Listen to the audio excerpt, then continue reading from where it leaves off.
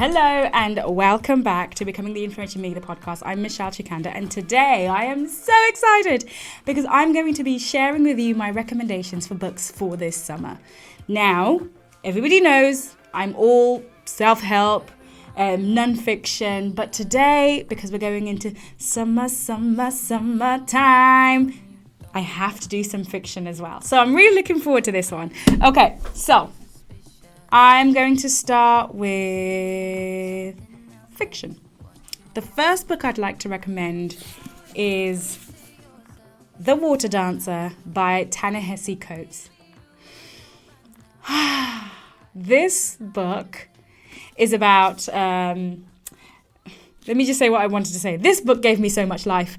This book is phenomenal.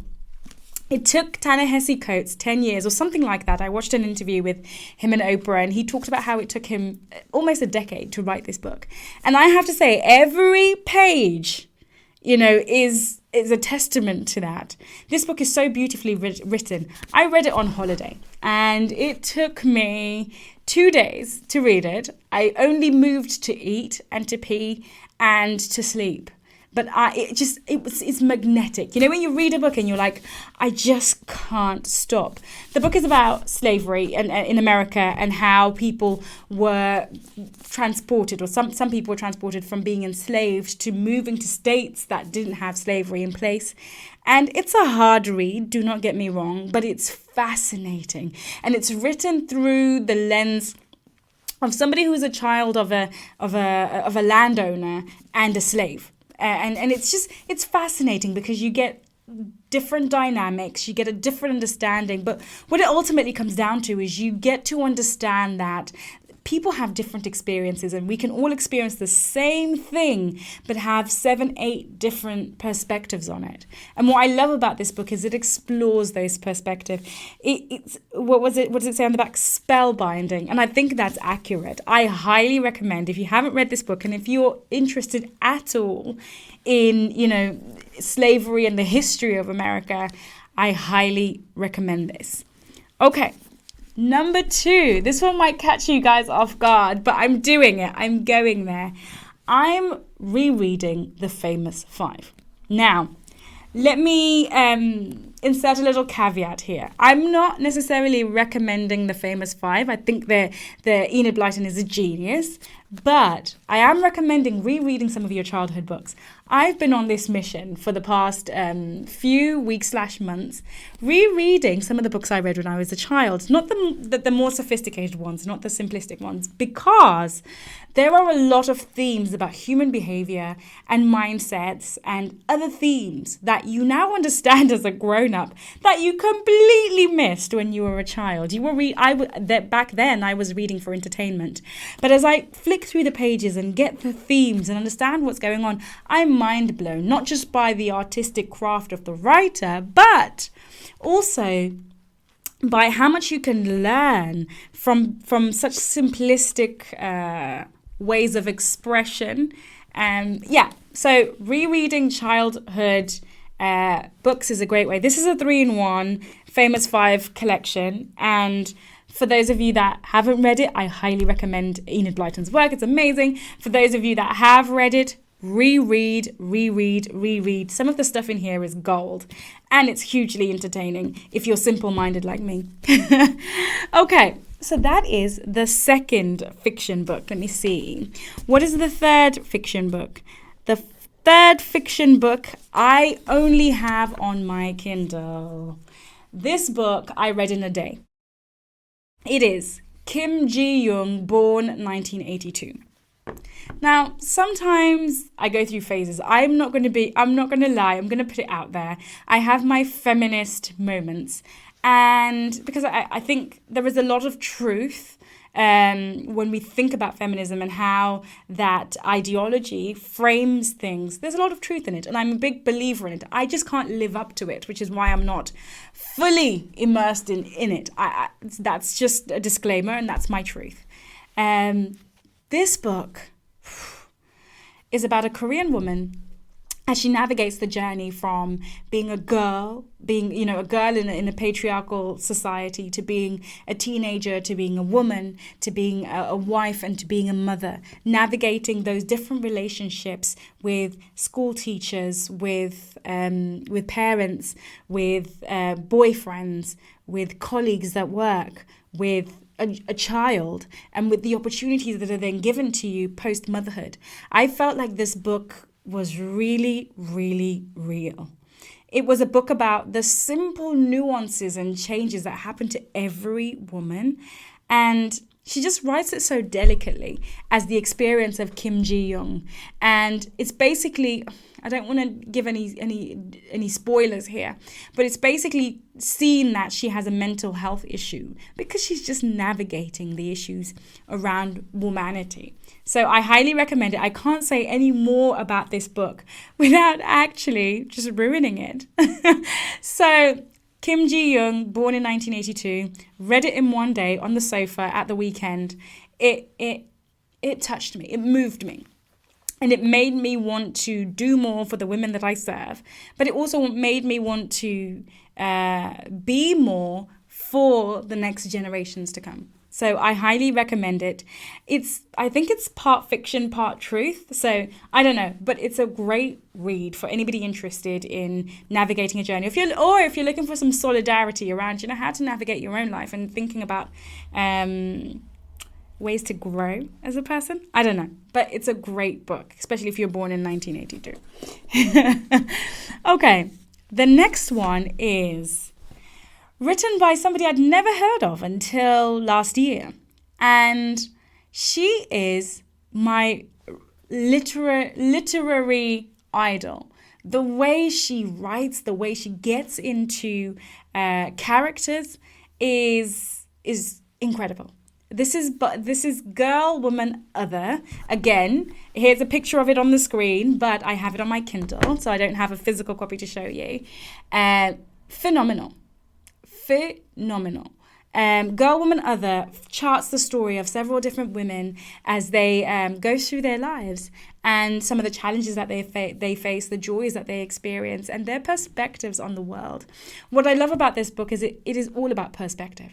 Sometimes life is difficult when you think that your way is the only way. Your perspective is the only perspective.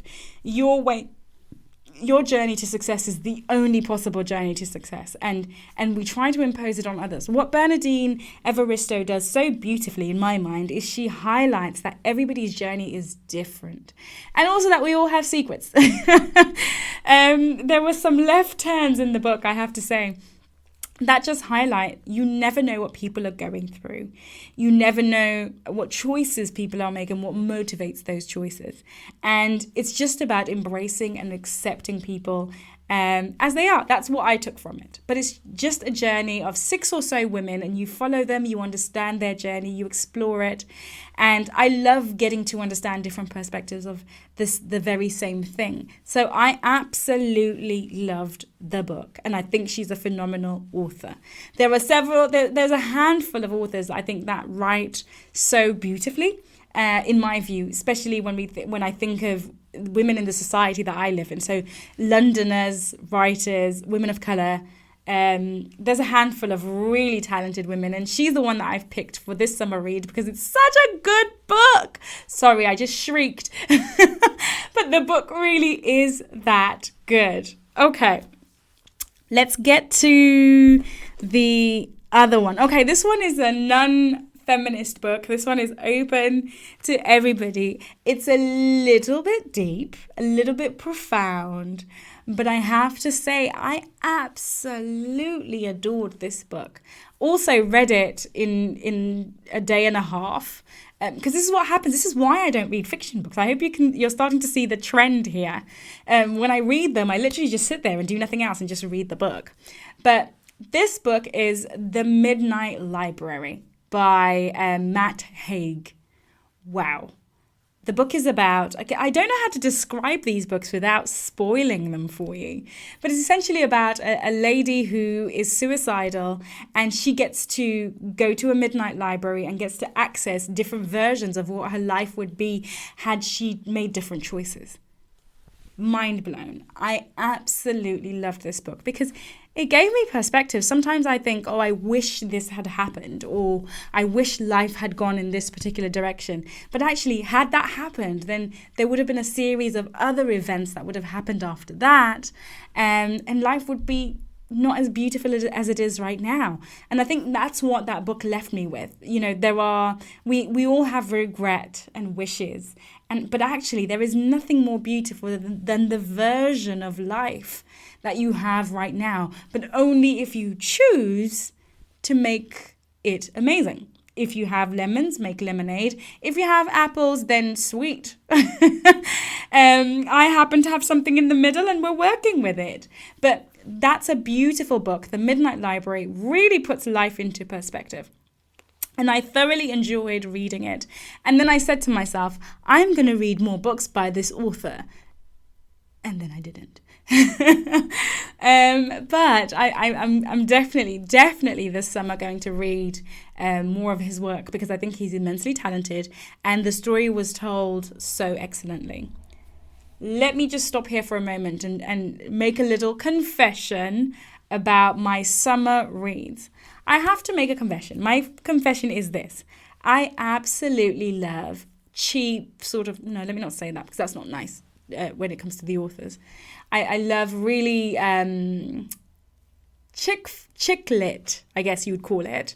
Cecilia Ahern, Lisa Jewell. There's a few others that I really like. I haven't read Sophie Kinsella, maybe I should, but there's a time for that. And I feel like this summer, if you want to, indulge in a little bit of chick lit, go for it. I read Cecilia Ahern's Flawed. I'm not recommending it because I found out it was 2 books.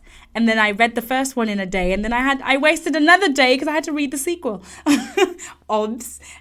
So even though it's a great book, it's not one of the ones I recommend. But all I'm saying is make time for the guilty things you like to read. Maybe you're a 50 Shades kind of girl. Make time for that sort of thing as well. I think she's got a new book out. But make time. Have a little bit of fun reading and really just immersing yourself into a book. Okay. Now that I've talked about chick lit and sexual thriller books, whatever your jam is, let's get serious. What are the non-fiction books that I'm recommending for this summer? Okay. I'm going to go with one that is extremely boring, that you have heard me bang on about time and time again, that you have, if you follow my podcast for long enough, heard me do a review on, and that is this book. We just finished reading it in my book club, and the comments after reading it were life-changing. This book has transformed my thinking. I will never be the same again after reading this book. What else did people say? It's made me rethink a lot of the things I experience. It's let me know that I have the choice, and so forth and so forth. The women in the book club absolutely adore this book. So, with that in mind, this has got to be my number one non-fiction recommendation for this summer if you haven't read it already. And if you have read it, just email me and say, Michelle, stop telling us to read The Choice. We've read it. Find another book to recommend. This book is magic. Magic, magic, magic. If you're looking for a nonfiction book that will help you, but is also still entertaining, it's the story of Edith Eger, and she was in Auschwitz, and how she manages to navigate her life from being a 16-year-old girl who was sent to Auschwitz to becoming a woman, a wife, a mother, moving to a different country and navigating a different life, and then educating herself and being this prolific person. If you want to know that journey and how she managed to overcome the most insane experiences, is the best way I can describe it. Anything you can think of, she probably went through it. Then I highly recommend reading this book. This would be number one, summer read. If you have not read, this summer, if you've got nothing else to read, read this, just this. Okay. I need to breathe now. Okay. Book number 2 has got to be another book club number 1 Fearless. Now, I wrote a list that every career woman should read, and this book was on there. And again, I cannot state enough how incredible this book is. Arianna Huffington is an amazing person. What she has achieved is incredible. But what I love most about this book is she just shares her experiences, her joys, her pains, and her journey to becoming fearless. And she makes fear so normal. And once she normalizes it, she was able to show us ways that we can conquer it. It's not a self-help book. It's a story of a woman telling you her experiences in story form, but with lessons inside it as well. Beautiful book. If you haven't read it already, if you've been listening to my podcast and you haven't read this, but if you're new to to listening to this podcast, then please make time to read this incredible book. Okay. Non-fiction book number 3 is here it is, Grit. I really love this book. How do I say this? It's unlike the other two. The other two are more infotainment. This book is all information. This is ironclad, solid self-help book on really rethinking and shifting your work game and really understanding what it takes in order to be successful. The book is written by Angela Duckworth. It's a really beautiful book and I absolutely love it. Highly recommend it. And what can I say? I've been recommending this book for years. And if you're looking for something that can create a shift in your working life and in your life more generally in terms of how you approach tasks, strategies, life, then yeah, this is a great all-rounder. Absolutely love this book. Okay. Grit by Angela Duckworth. That was it. Okay. The next book I'm going to talk about is not by a woman. Actually, Ta-Nehisi Coates' book isn't by a woman either, nor is Matt Haig's. I'm doing quite well. I'm about 3. So yeah, it's 4 to 6. 4 by men and 6 by women. I'm doing good. I'm doing really good. Is the last one by women? Yes. Okay. 4 by men, 6 by women. I'm doing really, really good on these book recommendations. The next one is a book that stayed with me. I have a theory. So my theory is this. If I go into a shop and there's a really expensive dress and I absolutely love it, I do not buy it. I usually walk out, do other things, maybe even leave the place where leave the area. And then if I'm still thinking about the dress, 2 hours later, 2 days later, 2 weeks later, I'm going to go buy that dress. It's that simple. For me anyways, that's kind of how I know whether something is something that I really want, if I can still remember it later. And this book is kind of that for me. I love reading autobiographies and I read many of them. I read a lot of autobiographies. But one that keeps coming back is Total Recall by Arnold Schwarzenegger. I read this a few years ago and then I reread it maybe about 6 months ago. And I think he puts a lot of things for me into perspective. He talks about translating his success from bodybuilding to business to acting and now to politics and obviously now to retirement or whatever else he's doing. But the idea behind that is he says, I can become excellent and this is how I did it in each of those fields. And I think there's a lot to learn from his mindset and from how he approached things. And also I like the fact that he had a sense of humor when he was writing that book.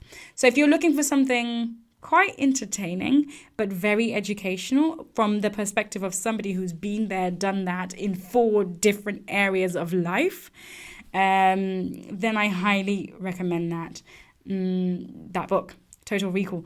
The reason I went was because I was thinking, not quite on the marriage front though. Sorry, Arnold. The marriage part, not quite success. But we all have our flaws and we all have our missteps, shall we say. But do read Total Recall by Arnold Schwarzenegger. It's a book that keeps coming back in terms of the lessons that he talks about and what I'm experiencing in my life. I highly recommend it. Also, because he's a macho guy, it's not a book that you would necessarily pick up if you're a little bit more like me. I like girly things, you know. So, but it was out there, and I picked it up, and I absolutely loved it. More so than other people that you would think I would recommend, like Obama's book or Richard Branson or some of the other, I guess, softer males. But Arnold Schwarzenegger's book really struck a chord with me. So if you haven't read it, Total Recall, make sure you read it. I absolutely love it. Okay. Last but by no means least is the book that we are currently reading in the book club. It is called Women in Leadership by two female leaders, Julia and Ngozi. And one was the leader of Australia for many years, Julia Gillard. And the other is now the leader of the World Health Organization, I believe. And they wrote a book that explores the lives of different leaders. In the book, you have Christine Lagarde, you have Hillary Clinton, you have Jacinda Ardern, you have the former leader of Sierra Leone, Ellen Johnson, I believe, and a number of other different women that they interview, and they really try and understand what it takes for women to be successful as leaders. What are the secret ingredients? What are the keys? And we're reading it in the book club at the moment. I think it's an interesting read. And if you're interested in becoming a female leader, then I 100% think it is worth exploring.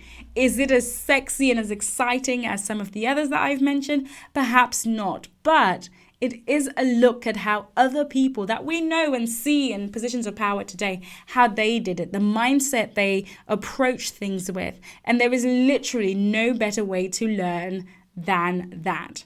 So that is it. That's 10 books, 5 nonfiction, 5 fiction that you can explore this summer. If you're like me, you probably need a hell of a lot more than that.